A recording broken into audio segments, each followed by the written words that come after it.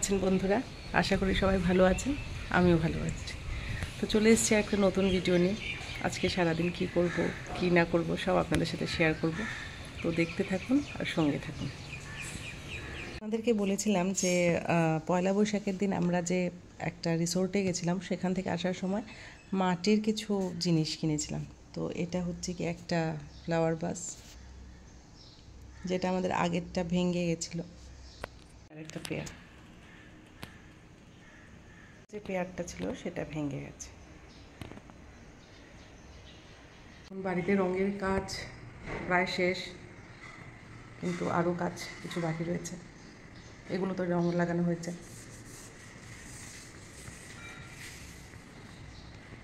দেখুন কি ধুলো। তো আজকে যেহেতু বৃহস্পতিবার, বাড়ির সব ফ্লাওয়ার ভাস, যেরকম মানি প্ল্যান্টের গাছ টাছ যেখানে মানে কাপে টাপে জলে দিয়ে রাখি, তো সেই কাপগুলোর জল বৃহস্পতিবারে আমি বদলে দিই। কারণ প্রত্যেক দিন বদলানো আমার পক্ষে সম্ভব হয় না। এগুলো যেগুলো ফ্যাংশুইর জিনিস আছে, সব কিছুর মধ্যে যেগুলোর মধ্যে জল আছে সব জলই আমি বদলে আবার নতুন জল দিয়ে এগুলো রাখি। আর এই দেখুন, এটা হচ্ছে কি আমার বিয়ের সোফা সেট। এটা এতদিন ওপরের তলায় ছিল, আর নিচে যে সোফা সেটটা ছিল সেটা আমার শ্বশুরমশাই অনেক দিন আগে খুব ভালো কাঠ দিয়ে বানিয়েছিলেন। তাই ভেবেছিলাম যে এই সোফা সেটটাকে ওপরে উঠিয়ে ওটাকে নিচে নিয়ে আসলাম। তো এই কদিন হলো এই শ্বশুরমশাইয়ের সোফা সেটটাকে ওপরে উঠিয়ে এই আমার বিয়ের সোফা সেটটাকে নিচে নিয়ে আসলাম। আমাদের বাড়িতে যেহেতু 3টে সোফা সেট, সব সোফা সেটকেই বদলে বদলে আমরা দিই, কারণ না হলে এই কাঠের জিনিসগুলো না নষ্ট হয়ে যায়। তো আজকে গুজরাটি স্টিচের যে কুশন কাভারটা, সেটা এটার মধ্যে দিলাম। এইরকম সোফাতে দেওয়ার দরকার পড়ে না, কিন্তু বাড়িতে যেহেতু আছে ভাবলাম দিয়ে দেখি না কেমন লাগে। তো এসব করতে করতে অনেকটা সময় চলে গেল। এদিকে আবার রান্না কি হবে সেটারও ব্যবস্থা। রান্না করে চলে এসেছি, রান্না তোড়জোড় করতে। কি কি রান্না করবো সেটা দেখাচ্ছি। এখানে হচ্ছে কি চিকেন সামান্যই রয়েছে, এনেছিল প্রায় 2 দিন আগে। তো এটা দিয়ে একটা ছেলের জন্য একটা চিকেন কারি করব। আর এখানে হচ্ছে গিয়ে চিংড়ি মাছ, এই চিংড়ি মাছটা দিয়ে আর এই পাতাটা দিয়ে করব হচ্ছে গিয়ে ভাপা। ভাপা বলতে আমার ছেলে আর হাজব্যান্ডের জন্য ভাপা, আর আমার শাশুড়ি মার জন্য এমনি চিংড়ি মাছ দিয়ে এমনি একটু কী বলবো আলু টালু দিয়ে যেরকম একটু শুকনো করে নেব আর কি। আর হচ্ছে গিয়ে আর আমার পিসি শাশুড়ি মা গেছেন ওপরে। আমি বলেছিলাম না ওই দিন যে লাই পাতা আছে, এটাই লাস্ট, কিন্তু লাস্ট না, আজকেরটা হবে লাস্ট। দিনের পরে আরও লাই পাতা যেগুলো ছিল সেগুলোর থেকেও লাই পাতা হয়ে গেছে। তো সেটা না খেলে আজকে মানে বুড়ো হয়ে যাচ্ছে, আর খাওয়া যাবে না এটা। তার জন্য আজকে নিয়ে আসা হচ্ছে। আর হচ্ছে সজনে হবে। তো রান্না টান্না সব করে নেই, তারপরে আপনাদের সাথে আবার দেখা হচ্ছে।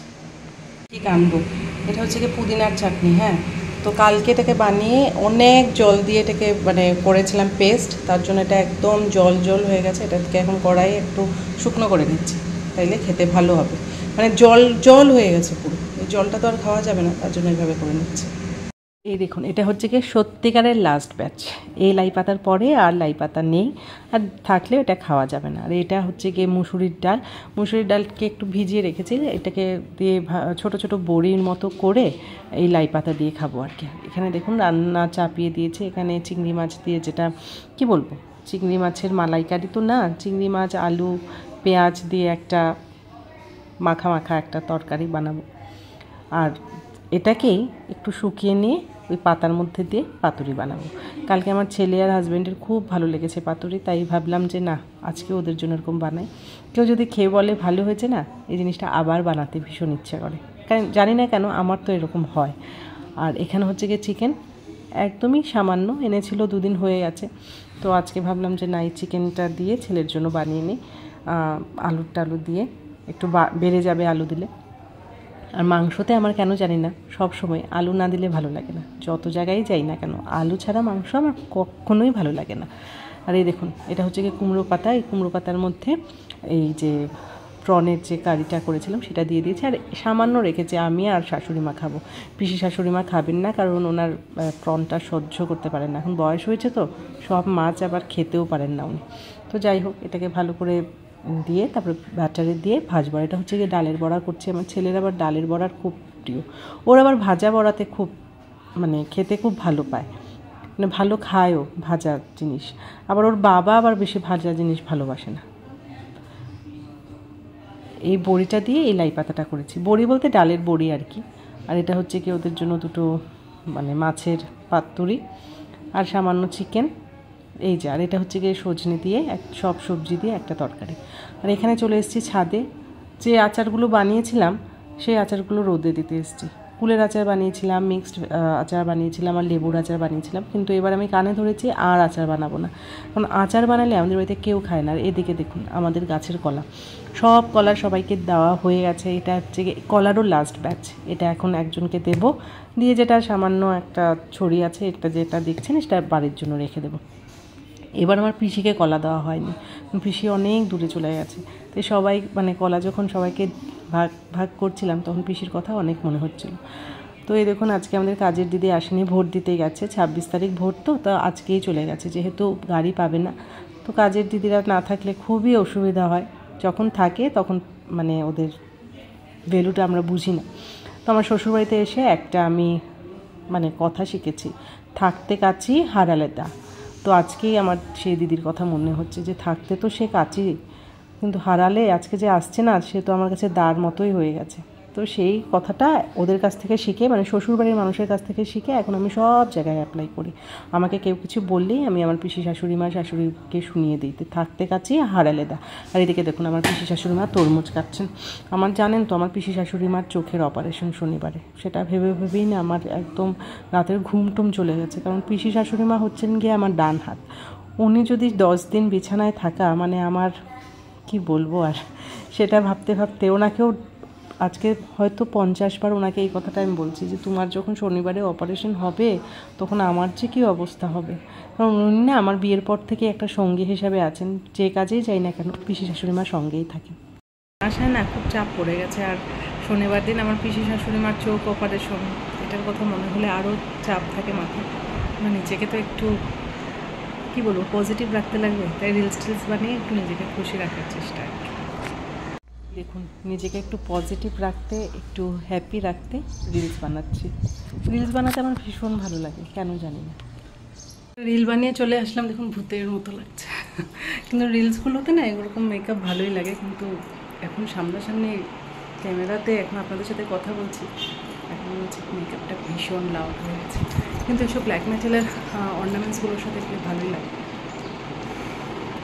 আরও আমার জিনিসপত্র আসবে, তো আজকে একজনকে ফোন করবো। একবার ধোকা খেয়ে না রোগাটুকগুলো ভীষণ ব্যথা করে কানে লাগে, একবার ধোকা খেয়ে হুশ হয়ে গেছে।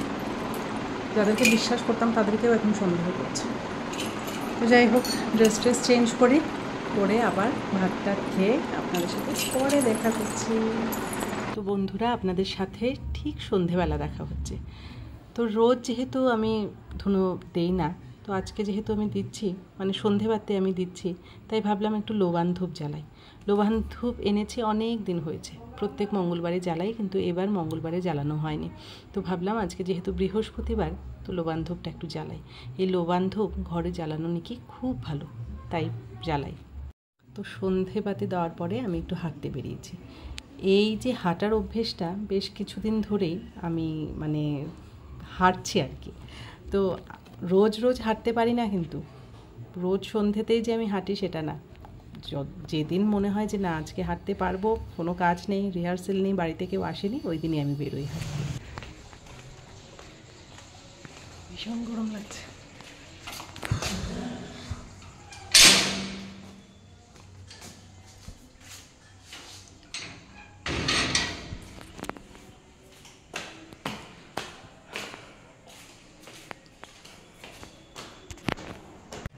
তো বাড়িতে এসে গেছে, অনেকক্ষণ হয়ে গেছে। আসার পরে ভীষণ গরম লাগছিল, আর রাত্রে তো আর কি ভিডিও দেখাবো আপনাদের সাথে, আর কি শেয়ার করবে। এখন জাস্ট খাবো, খেয়ে ঘুমিয়ে পড়বো।